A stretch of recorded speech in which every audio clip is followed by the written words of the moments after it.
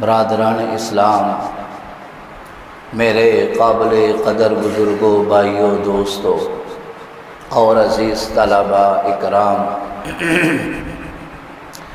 آج خطبہ جمعۃ المبارک کے اندر ہماری ہونے والی گفتگو کا عنوان ہجرت رسول صلی اللہ علیہ وسلم۔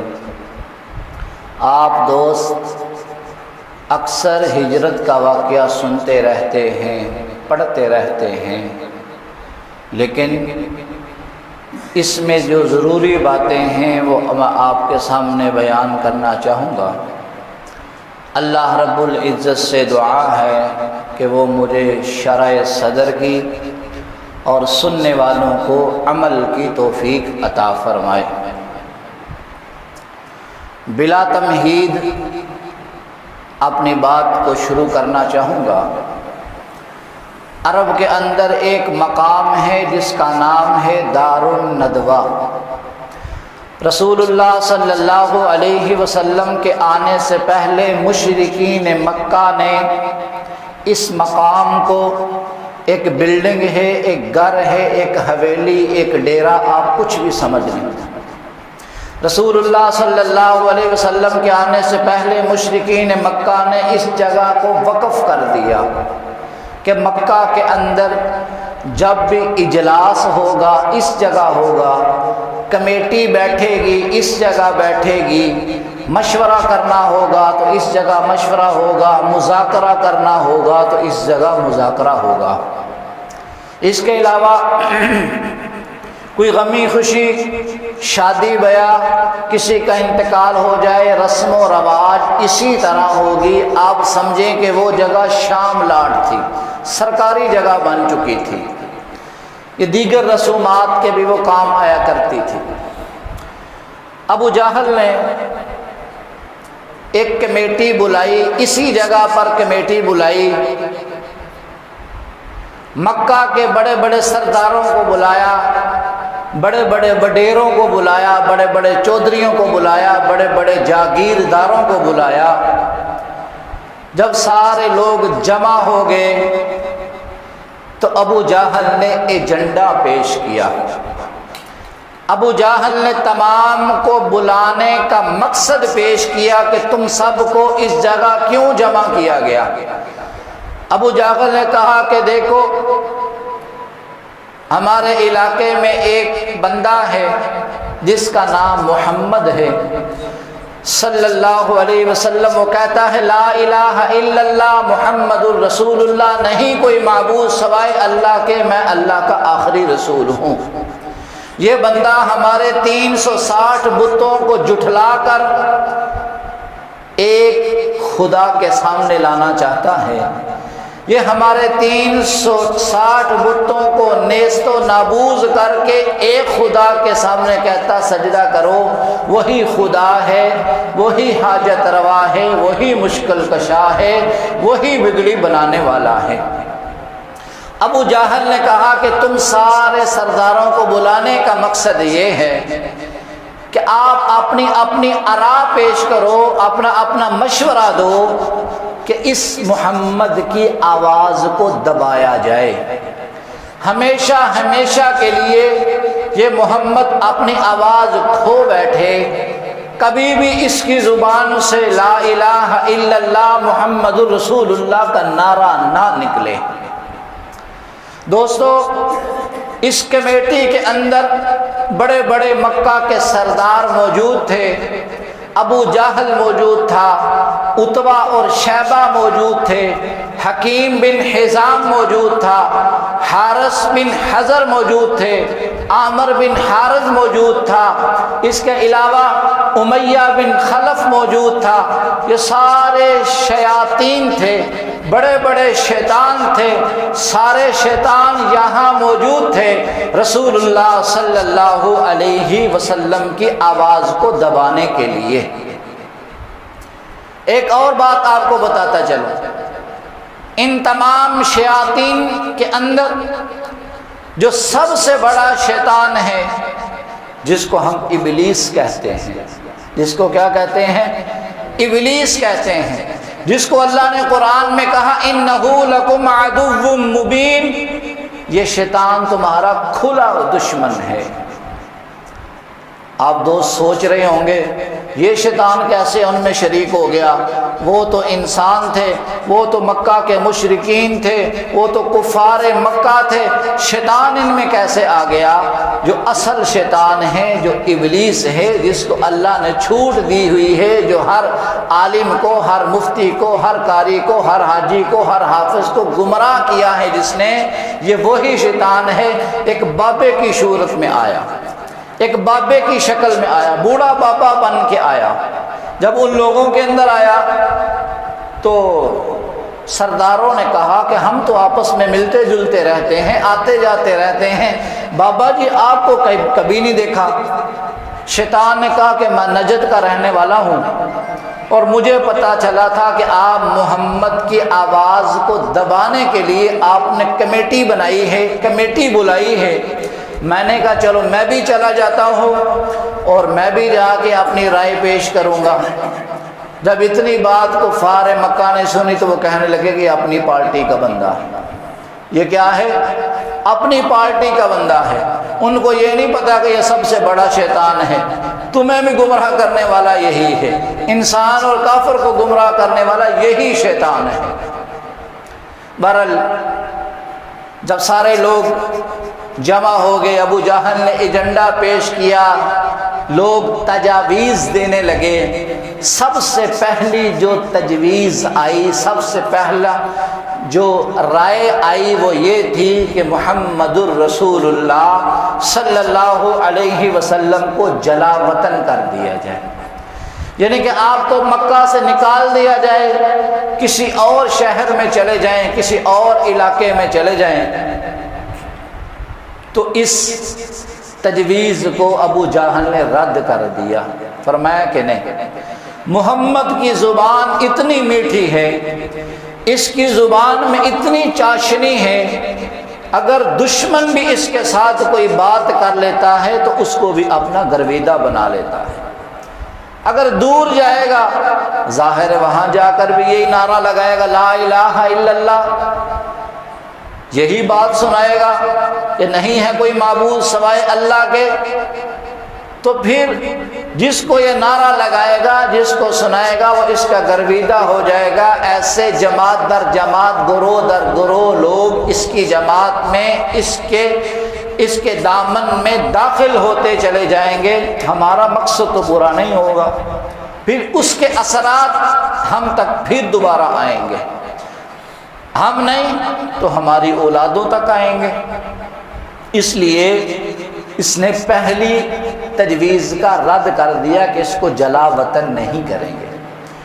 ایک اور سردار نے رائے دی، اس نے کہا کہ چلو ایسے کرو، اگر جلا وطن نہیں کرنا تو پھر محمد الرسول اللہ صلی اللہ علیہ وسلم کو سنگل ڈال کر، زنجیر ڈال کر کسی مکان کے اندر نظر بند کیا جائے، معاذ اللہ۔ نہ یہ کسی سے ملیں گے، نہ یہ کسی کو اپنی بات سنائیں گے، نہ کوئی ان کی بات سنے گا، وہیں پڑے رہیں گے، نہ ان کے پاس کوئی جائے گا، یا نہ یہ کسی کے پاس جا سکیں گے۔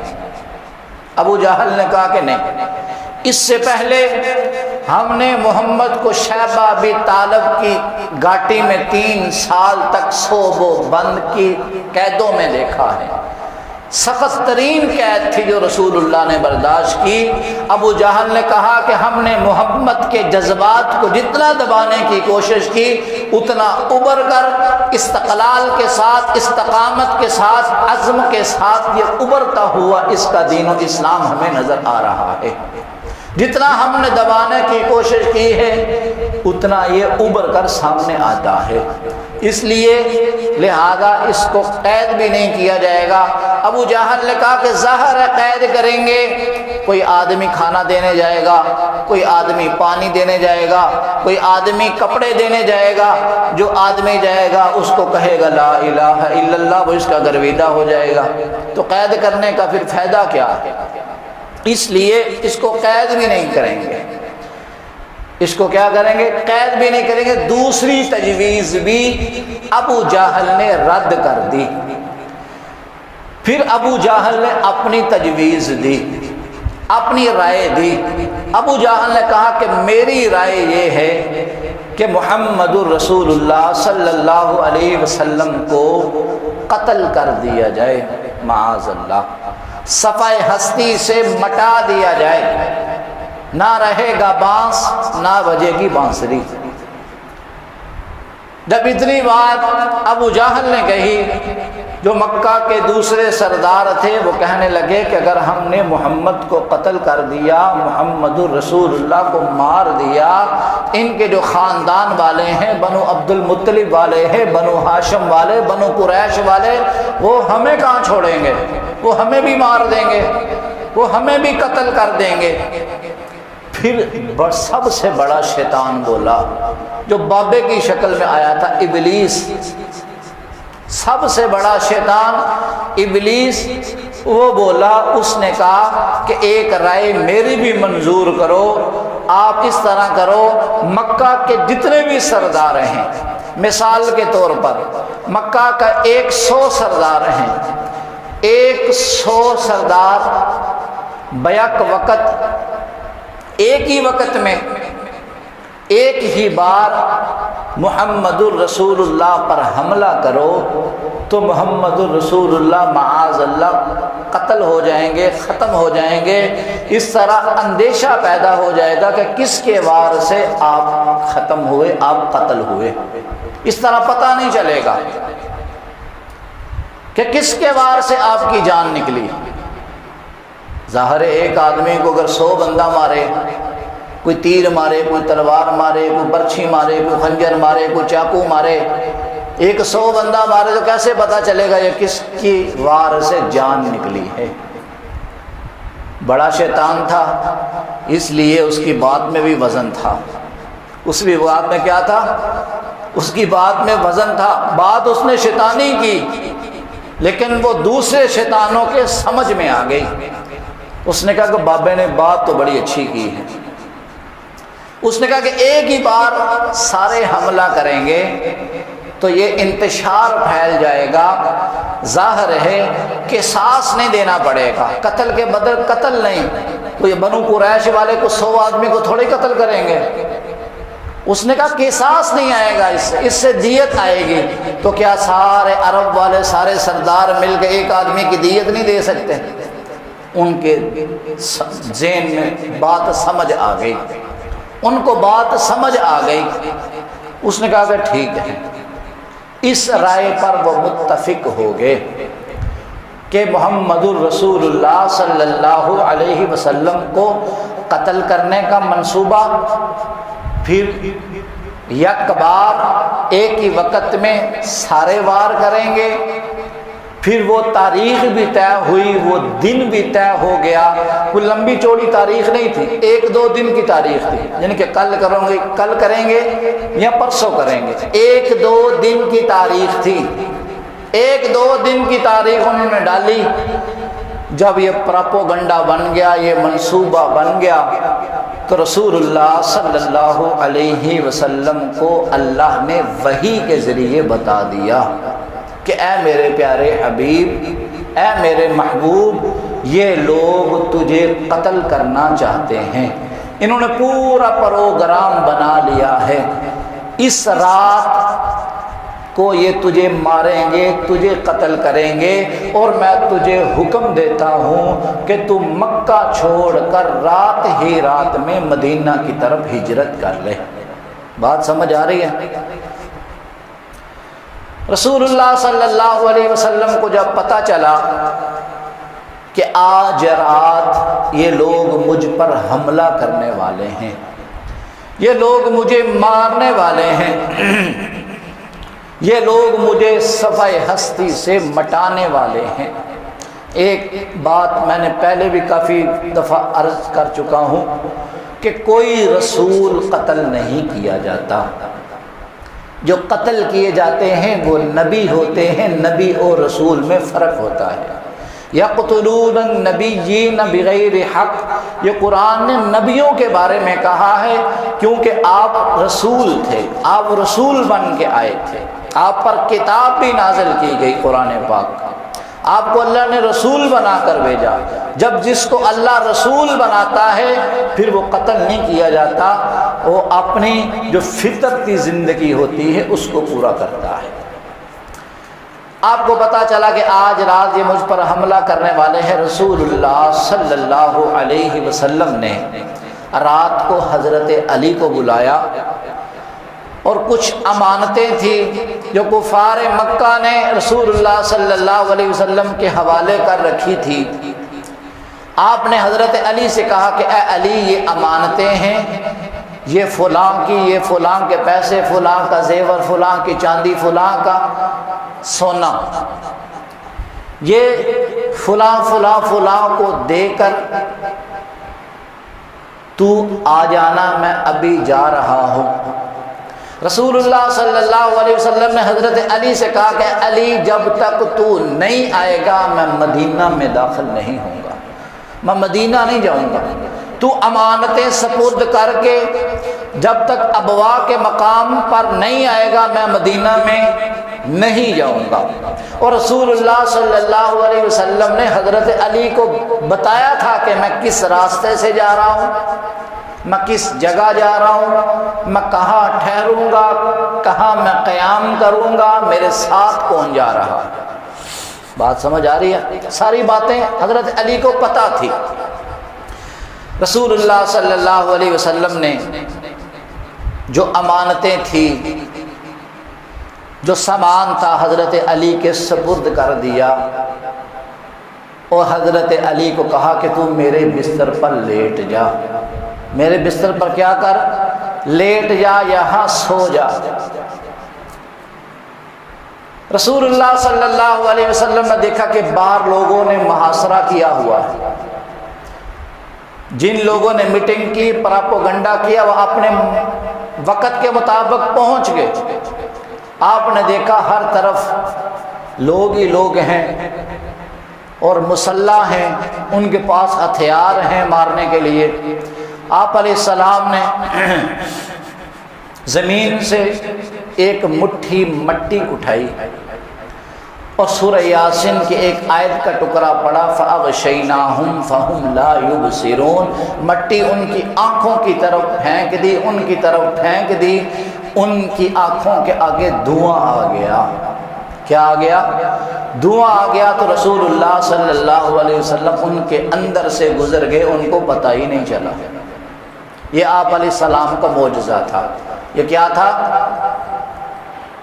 یہ آپ کا معجزہ تھا۔ ان کو پتہ ہی نہیں چلا کہ ہمارے درمیان سے کوئی بندہ نکل گیا ہے۔ اللہ نے بچانا تھا، اللہ نے حفاظت کرنی تھی، تو حضرت علی کو وہاں سلا دیا۔ حضرت علی کو کیا کر دیا؟ حضرت علی کو وہاں سلا دیا۔ رسول اللہ صلی اللہ علیہ وسلم اپنے گھر سے نکلے، سیدنا صدیق اکبر رضی اللہ تعالی عنہ کے دروازے پر پہنچے، دروازے پر دستک دی، دروازہ کھٹکھٹایا۔ حضرت صدیق جاگ رہے تھے، رات کا وقت تھا لیکن صدیق اکبر جاگ رہے تھے، آپ بیٹھے ہوئے تھے۔ بعض روایات میں آتا ہے کہ آپ دروازے کے بالکل ساتھ کھڑے تھے، جیسے کوئی کسی کا انتظار کر رہا ہوتا ہے، دروازے کے بالکل پیچھے کھڑے تھے۔ آپ نے دروازہ دستک دی تو صدیق اکبر نے خوشبو محسوس کی۔ کیا محسوس کیا؟ خوشبو محسوس کی۔ دستک دینے کے انداز سے اندازہ لگایا کہ یہ محمد الرسول اللہ صلی اللہ علیہ وسلم ہیں۔ آپ حضرات نے سنا ہوگا کہ آپ جس گلی سے گزر جاتے تھے وہ گلی معطر ہو جاتی تھی، اس گلی سے خوشبو آنا شروع ہو جاتی تھی۔ آپ جس گھر میں چلے جاتے تھے اس گھر سے خوشبو آنا شروع ہو جاتی تھی۔ آپ جہاں بیٹھ جاتے تھے وہاں خوشبو آنا شروع ہو جاتی تھی۔ پھولوں کا رنگ حضرت یوسف کو مل گیا، پھولوں کا رنگ حضرت یوسف کو مل گیا، خوشبو مصطفیٰ کے پسینے میں رہ گئی۔ آپ کے پسینے سے جو خوشبو آتی ہے وہ بھی موتیا کے پھول سے بھی زیادہ خوبصورت ہوتی تھی۔ یہ پسینے کی خوشبو ہے۔ یہ کیا تھی؟ یہ پسینے کی خوشبو تھی۔ جو باقی آپ کے جسم کی خوشبو تھی وہ اس سے بھی زیادہ اچھی تھی۔ حضرت ابوبکر صدیق نے محسوس کیا کہ رسول اللہ ہیں، دروازے پر آئے، دروازہ کھولا۔ آپ نے فرمایا کہ صدیق تو سویا نہیں؟ رات کا وقت ہے، اتنی جلدی تو نے دروازہ کھول دیا؟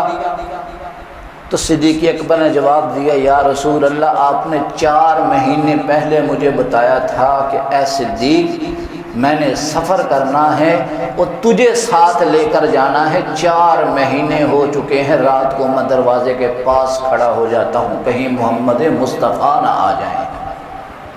آپ عاشق کا اندازہ لگائیں، آپ وفاداری کا، چوکیداری کا، جان نثاری کا اندازہ لگائیں۔ کہتے 4 مہینے گزر چکے، میں رات کو سویا نہیں، دروازے کے پاس کھڑا ہو جاتا ہوں، کبھی بھی محمد مصطفیٰ آ سکتے ہیں، کبھی بھی محمد الرسول اللہ آ سکتے ہیں، ان کے ساتھ جانا پڑ سکتا ہے۔ 4 ماہ پہلے صدیق اکبر رضی اللہ تعالیٰ عنہ نے اونٹنیاں تیار کی، جانور تیار کیے کہ رسول اللہ کے ساتھ میں نے سفر کرنا ہے، فلاں جانور کے اوپر سامان رکھیں گے، فلاں جانور کے اوپر ہم خود بیٹھیں گے، فلاں جانور کے اوپر رسول اللہ بیٹھیں گے۔ 4 مہینے تیاری کرتے رہے۔ کہتے میں 4 مہینے سوئے ہی نہیں۔ رسول اللہ صلی اللہ علیہ وسلم صدیق اکبر کے گھر میں بیٹھ گئے۔ صدیق اکبر نے پوچھا، یا رسول اللہ خیر ہے؟ اس وقت آپ تشریف لائے تو آپ علیہ السلام نے فرمایا کہ اے صدیق میں نے تیرے ساتھ ایک بات کرنی ہے۔ تیرے ساتھ کیا کرنا ہے؟ تیرے ساتھ بات کرنی ہے۔ صدیق اکبر کہنے لگے، فدا کا ابی و امی یا رسول اللہ، اللہ کے رسول میرا ماں باپ آپ پہ قربان ہو جائیں، آپ حکم کرتے تو میں خود آ جاتا، لیکن آپ نے فرمایا کہ نہیں، یہ تقدیر کا فیصلہ تھا کہ میں خود تیرے در پہ آتا، میں خود تیرے دروازے پہ آتا، میں خود تیرے گھر میں آتا۔ آپ نے فرمایا کہ اللہ کے رسول بتائیں کیا بات ہے؟ فرمایا کہ 4 مہینے پہلے جو میں نے تجھے بات کی تھی، میں نے سفر کرنا ہے، تجھے ساتھ کھڑنا ہے، تجھے ساتھ لے کر جانا ہے، آج وہ وقت آ چکا ہے، آج وہ وقت آ چکا ہے، لیکن میں تجھے بتانا چاہتا ہوں کہ ہم کہاں کہاں سے جائیں گے، کیسے کیسے جائیں گے، کس راستے سے جائیں گے۔ آپ نے فرمایا صدیق اپنے بچوں کو ذرا دور کر یا سائڈ پہ کر، اتنے بڑے گھر تو ہوتے نہیں تھے، چھوٹے چھوٹے کچے گھر ہوتے تھے، 1-2 کمرہ ہوتا تھا گھروں کے اندر۔ تو صدیق اکبر کہنے لگے، یا رسول اللہ اہلی اہلکا، میرا گھر تمہارا گھر ہے، میرا خاندان تمہارا خاندان ہے، جو بات میرے سینے میں راز رہے گی وہ میری اولاد کے سینے میں راز رہے گی۔ اگر میں تمہارا وفادار ہوں، میرا خاندان، میرے بیوی بچے، میری ساری اولاد بھی تمہاری وفادار رہے گی۔ جو بات کرنی ہے آپ ان کے سامنے کریں۔ رسول اللہ نے بتایا کہ ہم اس راستے سے جائیں گے، فلاں فلاں جگہ جائیں گے، فلاں فلاں جگہ رکیں گے، فلاں جگہ قیام کریں گے۔ پلان ہو گیا، آپ چل پڑے۔ پیچھے علی کو چھوڑ کے آئے تھے، پیچھے کیا؟ حضرت علی کو چھوڑ کے آئے تھے، دشمنوں کے درمیان سے نکل کے آئے تھے۔ آپ اندازہ لگائیں، اتنے دشمن باہر کھڑے ہوں، وہ بھی مسلح تلواریں لے کر کھڑے ہوں اور مارنے کے لیے کھڑے ہوں، قتل کرنے کے لیے کھڑے ہوں، کسی کو نیند آتی ہے؟ کوئی سوتا ہے؟ اس کو ویسے ہی اٹیک ہو جاتا ہے، اتنے بندے دیکھ کے ویسے ہی مر جاتا ہے۔ لیکن حضرت علی مزے سے سو رہے ہیں۔ حضرت علی کیا؟ حضرت علی مزے سے سو رہے ہیں۔ کسی نے پوچھا کہ علی تو اتنے مزے سے سو رہا تھا ہجرت کی رات، اتنے مزے سے سو رہا تھا، دشمن تیرے سر پہ کھڑے تھے، تلواریں لے کر کھڑے تھے۔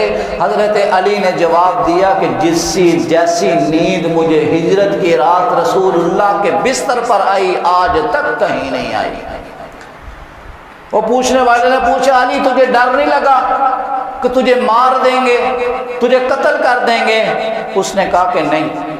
اس نے کہا کہ آپ علیہ السلام نے ایسی تسلی دی، آپ نے کہا تھا علی میں تیرا انتظار کروں گا جب تک تو امانتیں لوگوں کے سپرد کر کے میرے پاس نہیں آئے گا میں مدینہ میں نہیں جاؤں گا۔ مجھے یہ یقین ہو چکا تھا میں یہاں رہوں گا، یہاں سوؤں گا بھی، صبح اٹھوں گا بھی، لوگوں کی امانتیں ان کے سپرد کروں گا، ان کے دے کر ابوا کے مقام پر رسول اللہ کے ساتھ جاؤں گا، وہاں تک تو میری موت پکی بات ہے، کبھی نہیں آ سکتی، کیونکہ رسول اللہ کی زبان سے نکلا ہوا لفظ کبھی غلط نہیں ہو سکتا۔ آپ نے یہ فرمایا تھا۔ اتنا اطمینان تھا حضرت علی کو، حضرت علی کو اتنا یقین ہو چکا تھا، کہتے ایسی نیند مجھے کبھی زندگی نہیں آئی ہے۔ جب لوگوں نے دیکھا اتنی دیر گزر چکی، نہ کوئی اندر سے باہر آیا نہ کوئی باہر سے اندر جا رہا ہے، ایک سردار نے دیوار پھلانگی، اندر گیا، دیوار پھلانگ کر اندر گیا، اندر جا کر دیکھا رسول اللہ صلی اللہ علیہ وسلم کا جسم مبارک ٹھیک تھا، نہ آپ موٹے تھے نہ پتلے تھے، جسم بالکل آپ کا برابر تھا، آپ کے سینے کے برابر بالکل پیٹ تھا، نہ زیادہ لمبے تھے نہ زیادہ چھوٹے تھے۔ چلتے ہوئے اگر آ رہے ہوتے تو ایسے محسوس ہوتا جیسے اوپر سے کوئی نیچے آ رہا ہوتا ہے، کبھی آپ نے سر اٹھا کر نہیں چلے تھے، کسی کی طرف چلتے ہوئے دیکھا نہیں تھا، اگر کسی کی طرف چلتے ہوئے دیکھ لیتے تو دیکھنے والوں کو یہ محسوس ہوتا کہ 14ویں رات کا چاند مجھے دیکھ رہا ہے۔ رسول اللہ صلی اللہ علیہ وسلم کا جسم بالکل ٹھیک تھا، بالکل برابر تھا، لیکن حضرت علی بالکل پتلے تھے، دبلے تھے، بالکل باریک تھے، جسم بھی چھوٹا تھا، قد بھی چھوٹا تھا۔ جب دیکھنے والے نے دیکھا کہ چادر کے اندر ایک بندہ سویا ہوا ہے، لیکن یہ محمد نہیں لگتے، لیکن یہ محمد نہیں لگتے، اس نے چادر اٹھائی تو نیچے دیکھا حضرت علی سو رہے ہیں، حضرت علی سو رہے ہیں۔ اس نے باہر جا کے ابو جہل کو بتایا، وہاں تو محمد نہیں ہے، وہاں تو علی سو رہا ہے۔ ابو جہل بھی اندر آیا، مکہ کے دوسرے سردار جو مارنے کے لیے آئے تھے وہ بھی اندر آئے، آ کے علی کو جگایا، علی اٹھے، علی سے پوچھا بھئی تو یہاں کیسے سو رہا ہے، بتاؤ محمد کیا ہے، محمد کہاں ہے؟ عجیب سوال تھے تو عجیب جواب تھا۔ حضرت علی کا قول تو آپ نے سنے ہوئے ہیں، ان کی ذہانت کے بارے میں تو آپ جانتے ہیں، ان کے فیصلے کے بارے میں تو آپ جانتے ہیں۔ اللہ کے رسول فرمایا تھا اقضاہم علی، میری امت کا سب سے اچھا فیصلہ کرنے والا علی ہے، امت کا سب سے بڑا قاضی، امت کا سب سے بڑا چیف جسٹس، امت کا سب سے بڑا مفتی حضرت علی ہے۔ یہ رسول اللہ نے اپنی زبان سے فرمایا ہے۔ ابو جہل نے سوال کیا، بتاؤ محمد کہاں ہیں؟ حضرت علی نے جواب دیا محمد چلے گئے۔ حضرت علی نے کیا جواب دیا؟ محمد چلے گئے۔ ابو جہل نے پھر سوال کیا کہاں گئے؟ کہاں گئے؟ تو حضرت علی نے جواب دیا جہاں جانا تھا، جہاں جانا تھا۔ پھر ابو جہل نے پوچھا کہاں جانا تھا؟ حضرت علی نے جواب دیا جہاں گئے ہیں، جہاں گئے ہیں۔ اس کا مطلب کیا تھا؟ اس کا مطلب یہ ہے کہ حضرت علی کو پتا ہے رسول اللہ کہاں ہیں، لیکن اس کو باتوں میں الجھا رہے ہیں، جھوٹ بھی نہیں بول رہے اور راز بھی نہیں فاش کر رہے، راز بھی نہیں بتایا، جھوٹ بھی نہیں بولا، کہیں کل کو دنیا یہ نہ کہے کہ علی نے محمد کو بچانے کے لیے جھوٹ بولا تھا، علی نے محمد کو بچانے کے لیے جھوٹ بولا تھا، اور صحیح بات اس لیے نہیں بتائی کہ کل کو دنیا یہ بھی نہ کہے کہ علی نے نبی کا راز فاش کر دیا۔ نہ جھوٹ بولا نہ سچ بولا، درمیانی راستہ استعمال کیا۔ فرمایا حضرت علی کو کہا محمد کہاں ہے؟ چلے گئے۔ کہاں چلے گئے؟ جہاں جانا تھا۔ کہاں جانا تھا؟ جہاں گئے ہیں۔ وہ کہتا یار عجیب آدمی ہے، عجیب جواب دے رہا ہے۔ وہاں سے کچھ بھی نہیں ملا کفار مکہ کو، لیکن ابو جہل اس وقت کا بڑا بدبخت، بڑا بد کردار، بڑا شیطان آدمی تھا، اس کو یہ یقین تھا۔ اس نے دوسرے سرداروں کو کہا کہ اگر تم محمد کو ڈھونڈنا چاہتے ہو تو صدیق کے دروازے پر جاؤ۔ کس کے دروازے پر جاؤ؟ صدیق کے دروازے پر جاؤ۔ اگر تم محمد کو ڈھونڈنا چاہتے ہو، سارے لوگ جمع ہو کر سیدنا صدیق اکبر رضی اللہ تعالی عنہ کے دروازے پر آ گئے۔ دروازے پر آئے، ابو جہل نے دروازے پہ دستک دی۔ سیدنا صدیق اکبر کی چھوٹی بیٹی حضرت اسما باہر آئی، اس سے پوچھا تیرے ابو کہاں ہیں؟ اس نے کہا کہ کسی کام سے گئے ہیں۔ پوچھا ساتھ کون ہیں؟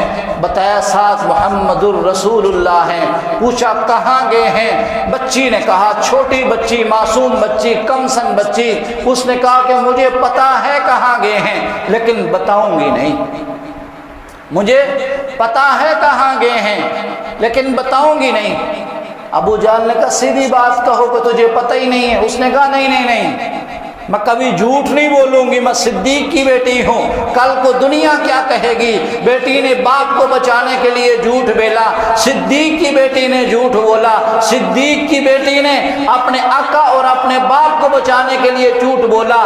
لوگ کیا کہیں گے کہ یہ جھوٹی بچی ہے، یہ تکیہ باز بچی ہے، یہ جھوٹے کی بچی ہے۔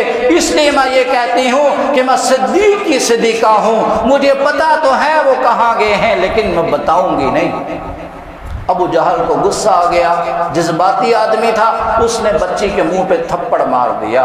اتنا بڑا آدمی تھا، اتنا بڑا اس کا ہاتھ تھا، چھوٹی سی بچی تھی، بچی زمین پر گری، زمین پہ پتھر پڑا ہوا تھا، پتھر بچی کے چہرے پہ لگا، چہرہ سیاہ ہو گیا، ہونٹ پھٹ گیا، ہونٹ سے خون آ گیا، کان میں بالی تھی، بالی بھی ٹوٹ کر گر گئی۔ محلے والوں نے دیکھا کہ اتنا بڑا آدمی چھوٹی بچی کو مار رہا ہے، انہوں نے ابو جہل کو دھکے دے کے وہاں سے نکالا، بچی کو اٹھایا، بچی گھر گئی، گھر کے اندر سے کنڈی لگائی، واہ ویلا نہیں کیا، چیخ و پکار نہیں کی، کوئی کسی قسم کی آواز، تان و تشریح نہیں کیا۔ گھر جا کے اپنے مرم پٹی کی، مرم پٹی کرنے کے بعد اپنے ابا صدیق اور محمد الرسول اللہ کے لیے کھانا تیار کیا۔ کیا تیار کیا؟ کھانا تیار کیا۔ چھوٹی بچی ہے لیکن چھوٹی بچی کی آپ تربیت دیکھو، چھوٹی بچی کا آپ کردار دیکھو۔ باپ کو بچا لیا، خود مار کھائی لیکن باپ پہ آنچ نہیں آنے دی، باپ کی صداقت پہ کوئی حرف نہیں آنے دیا، جھوٹ نہیں بولا، صدیق کی صداقت کی گواہ رہی ہے، اپنے باپ کی صداقت کو بچا کے رکھا ہے لیکن مار کھائی ہے۔ بات سمجھ آ رہی ہے؟ پھر ابو جہل نے دیکھا کہ مجھے یہاں سے بھی کچھ پتہ نہیں چلا کہ محمد کہاں چلے گئے ہیں، نہ محمد کے گھر سے پتہ چلا، نہ صدیق کے گھر سے پتہ چلا۔ ان دونوں گھر والوں کو پتہ ہے لیکن یہ پھر بھی نہیں بتا رہے، یہ پھر بھی نہیں بتا رہے، لیکن اللہ نے اپنے محبوب کی حفاظت کرنی تھی۔ اللہ نے کیا کرنا تھا؟ اللہ نے اپنے محبوب کی حفاظت کرنی تھی۔ اللہ نے اپنے محبوب کو حکم دیا تھا کہ اے میرے محبوب، مکہ والوں نے تجھے ستایا، مکہ والوں نے تجھ پر ظلم کیے، تو ظلم کی چکی میں پستا رہا، آپ یہ اتنی بری انہوں نے پراپوگنڈا کیا، اتنا برا منصوبہ کیا ہے، تو مکہ چھوڑ کر مدینہ کی طرف آ جا۔ تو مکہ چھوڑ کر کہاں آ جا؟ مکہ چھوڑ کر مدینہ کی طرف آ جا، مدینہ میں آپ کو تحفظ ملے گا۔ مدینہ میں کیا ملے گا؟ تحفظ ملے گا۔ جن لوگوں نے مدینہ دیکھا ہے اللہ بار بار دکھائے، جنہوں نے نہیں دیکھا ان کو بھی اللہ بار بار دکھائے۔ آپ نے مدینہ کے لوگ دیکھے ہوں گے، وہ بڑے نرم مزاج لوگ ہیں، بڑے ٹھنڈے لوگ ہیں، بڑے اکرام کرنے والے لوگ ہیں، بڑے با ادب با اخلاق لوگ ہیں، لیکن عرب کے لوگ، مکہ کے لوگ یہ بڑے جذباتی لوگ ہیں، بڑی جلدی جذبات میں آ جاتے ہیں، بڑی جلدی جذبات میں آ جاتے ہیں۔ یہ رسول اللہ صلی اللہ علیہ وسلم کا معجزہ ہے۔ رسول اللہ کا کیا ہے؟ اللہ نے اپنے رسول کو حکم دیا کہ میرے محبوب تو کیا کر، مکہ کو چھوڑ دے، کہاں آ جا؟ مدینہ میں آ جا، مدینہ میں تجھے تحفظ ملے گا۔ پھر آپ باقی ساری زندگی مدینہ میں رہے۔ مدینہ میں رہنے کے بعد آپ کا انتقال، آپ کی وفات، آپ کا پردہ بھی مدینہ میں ہی ہوا، وہیں پر آپ کی قبر مبارک موجود ہے۔ موجود ہے یا نہیں موجود؟ جن لوگوں نے دیکھا ہوا ہے اللہ پاک ان کو قبول کرے، ان کو بار بار دیکھنے کی اجازت نصیب فرمائے۔ یہ تو ایسی چیز ہے جو بندہ وہاں چلا جائے کہتا ہے اس کا جی چاہتا ہے میں یہیں رہوں، یہی میری موت آ جائے۔ جو وہاں سے واپس آ جاتا ہے اس کا دل نہیں لگتا، اس کا دل ہی نہیں لگتا۔ وہ کہتا کہ میں کاش وہیں رہ جاتا، 1 سال رہ جاتا، 2 سال رہ جاتا۔ یہ نبی کی محبت کی کشش ہے۔ وہ مدینے کی گلیاں ہیں جہاں رسول اللہ صلی اللہ علیہ وسلم کے قدم مبارک آج بھی نقش ہیں۔ وہ مدینے کی گلیاں گواہ ہیں، یہاں سے رسول اللہ صلی اللہ علیہ وسلم جایا کرتے تھے۔ وہ مکہ کی گلیاں گواہ ہیں، یہاں پر رسول اللہ صلی اللہ علیہ وسلم پر ظلم کیا جاتا تھا، ستم کیا جاتا تھا۔ مکہ بھی گواہی دے گا، مدینہ بھی گواہی دے گا۔ ہے نظر میں جمال حبیب خدا، ہے نظر میں جمال حبیب خدا، جن کی تصویر سینے میں موجود ہے، جس نے لا کر کلام الہی دیا، وہ محمد مدینے میں موجود ہے۔ پھول کھلتے ہیں پڑھ پڑھ کے صلی علی، پھول کھلتے ہیں پڑھ پڑھ کے صلی علی، جوم کر کہہ رہی ہے یہ باتیں صبا، ایسی خوشبو چمن کے گلوں میں کہاں، جو نبی کے پسینے میں موجود ہے۔ ہم نے مانا کہ جنت بہت ہے حسین، ہم نے مانا کہ جنت بہت ہے حسین، چھوڑ کر ہم مدینہ نہ جائیں کہیں۔ آخری شعر جو بلند آواز سے سبحان اللہ کہے، اللہ اس کو بہت جلدی مدینے کی زیارت فرمائے گا۔ ہم نے مانا کہ جنت بہت ہے حسین، چھوڑ کر ہم مدینہ نہ جائیں کہیں،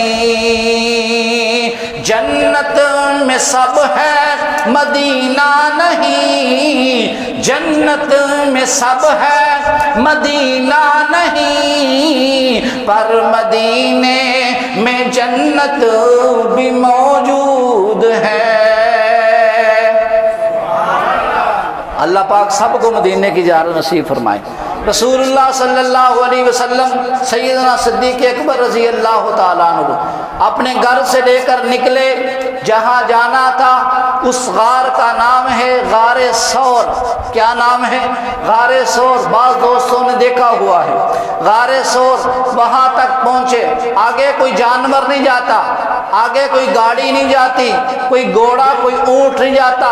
کیوں؟ وہاں اس طرح چڑھنا پڑتا ہے۔ کیسے چڑھنا پڑتا ہے؟ اس طرح چڑھائی ہے، اگر جانور ایسے چڑھے تو اپنے وزن کے بل نیچے گر جاتا ہے، اگر جانور ایسے چڑھے تو اپنے وزن کے بل نیچے گر جائے۔ اس طرح رسول اللہ صلی اللہ علیہ وسلم نے فرمایا کہ صدیق یہاں تو کوئی سواری نہیں جا سکتی، یہاں تو کوئی جانور نہیں جا سکتا۔ صدیق اکبر نے جواب دی یا رسول اللہ گھبرانے کی ضرورت نہیں، سواری موجود ہے۔ فرمایا کہاں ہے؟ فرمایا میں سواری بن جاتا ہوں، آپ میرے کندھے پر سوار ہو جائیں، میں آپ کو غار ثور پر لے کر جاتا ہوں۔ دوستو 3 میل کا سفر ہے، آپ اندازہ لگائیں، اپنے دل کے اندر اندازہ لگائیں، 3 میل کا سفر اپنے سے باری آدمی کو اٹھا کر پہاڑوں کے ذریعے سے اوپر چڑھنا کسی کا کام ہو سکتا ہے، کسی استقلال کا کام ہو سکتا ہے، عزم کا کام ہو سکتا ہے، استقامت کا کام ہو سکتا ہے۔ سیدنا صدیق اکبر رضی اللہ تعالیٰ عنہ نے رسول اللہ کو اپنے کندھوں پر بلا لیا، اپنے کندھوں پر بٹھا لیا، نبوت والے پیر صدیق کے سینے پہ لگے، نبوت والے ہاتھ صدیق کے سر پر تھے، جیسے ہم بچوں کو کندھوں پر بٹھا لیتے ہیں، اسی طرح سیدنا صدیق اکبر نے رسول اللہ صلی اللہ علیہ وسلم کو اپنے کندھوں پر بٹھا لیا۔ آپ کے پاؤں مبارک صدیق کے سینے پہ لگے، آپ کے ہاتھ صدیق کے سر پہ لگے، صدیق کا سر بھی محفوظ ہو گیا، صدیق کا سینہ بھی محفوظ ہو گیا۔ رسول اللہ صلی اللہ علیہ وسلم کے دو سفر بڑے یادگار سفر ہیں، ایک معراج کا سفر ہے، ایک ہجرت کا سفر ہے، ایک آسمانوں کا سفر ہے، ایک زمینوں کا سفر ہے، ایک بلندی کا سفر ہے، ایک پستی کا سفر ہے۔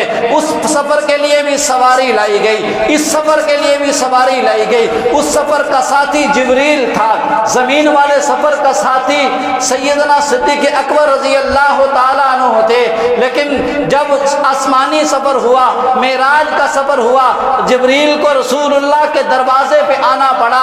جبریل نے دروازے پہ دستک دی، رسول اللہ کے پاؤں پہ ہاتھ لگایا، اپنے لعاب لگائے، اپنے لب لگائے، رسول اللہ کو جگایا۔ لیکن جب رسول اللہ نے ہجرت فرمائی تو خود صدیق کے دروازے پہ جانے پڑا۔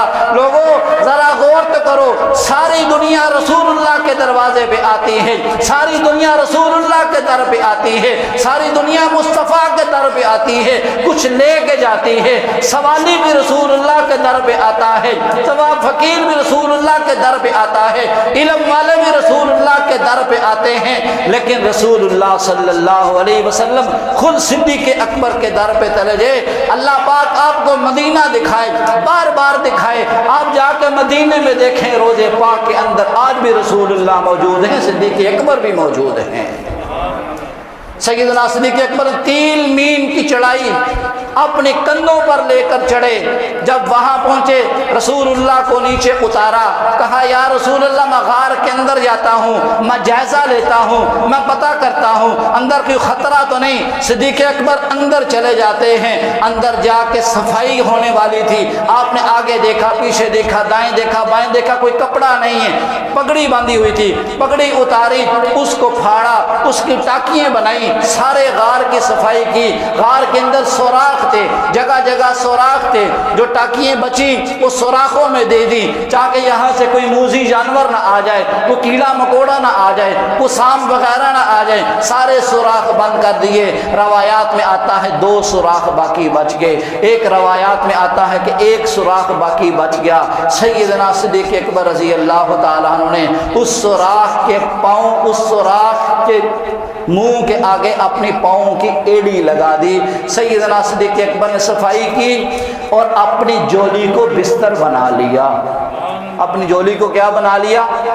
اس طرح بیٹھ کے اپنی جولی کو بستر بنا لیا۔ رسول اللہ صلی اللہ علیہ وسلم کو بلایا، آپ اندر گئے تو آپ علیہ الصلوۃ والسلام سیدنا صدیق اکبر کی جولی میں سر رکھ کے سو گئے، لیٹ گئے، اطمینان کے ساتھ سو گئے، یقین کے ساتھ سو گئے، جس یقین کے ساتھ حضرت علی رسول اللہ کے بستر پہ سویا تھا۔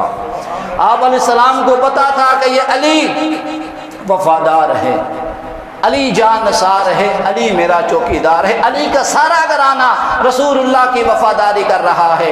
حضرت ابوبکر کا غلام رات کو ساری رپورٹ لے کر جاتا، ساری رپورٹ بتاتا۔ حضرت ابوبکر کا بیٹا بکریوں کا دودھ نکال کر رسول اللہ کی خدمت میں پیش کرتے۔ حضرت اسماء کھانا بنا کر اپنے ابا ابوبکر اور رسول اللہ صلی اللہ علیہ وسلم کی خدمت میں پیش کرتے۔ 3 دن تک رسول اللہ ابوبکر کی صدیق کی گود میں رہے اور 3 دن تک سیدنا صدیق اکبر رضی اللہ تعالی عنہ آپ علیہ السلام کے چہرے کا دیدار کرتے رہے۔ کیا کرتے رہے؟ دیدار کرتے رہے۔